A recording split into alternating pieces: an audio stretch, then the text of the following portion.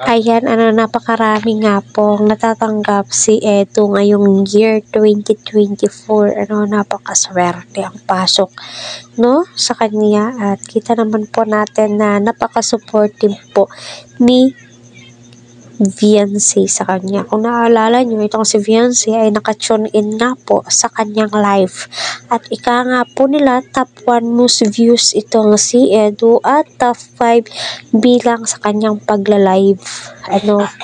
At kita naman po natin my God, napaka-blooming po ni Edu, no? Pansin nyo, napaka-aliwalas po ng kanyang muka lately, no? Yung napanood niyo po yung live po niya.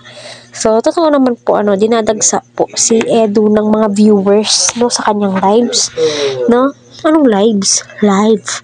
At saka may mga views naman din po itong si Edu sa kanyang mga tinutulungan na sila.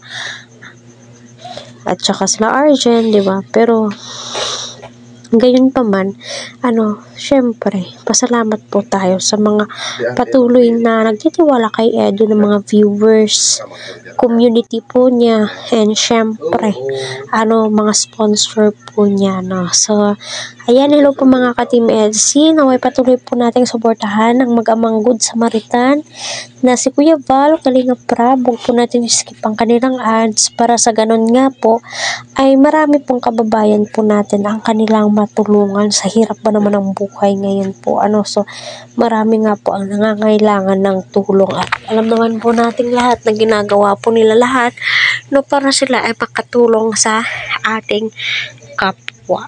So, unang-una, congratulations Ed sa mga blessings na natatanggap mo. Deserve na deserve mo po yan. Kasi alam naman po namin yung effort mo, sa mga tinutulungan mo.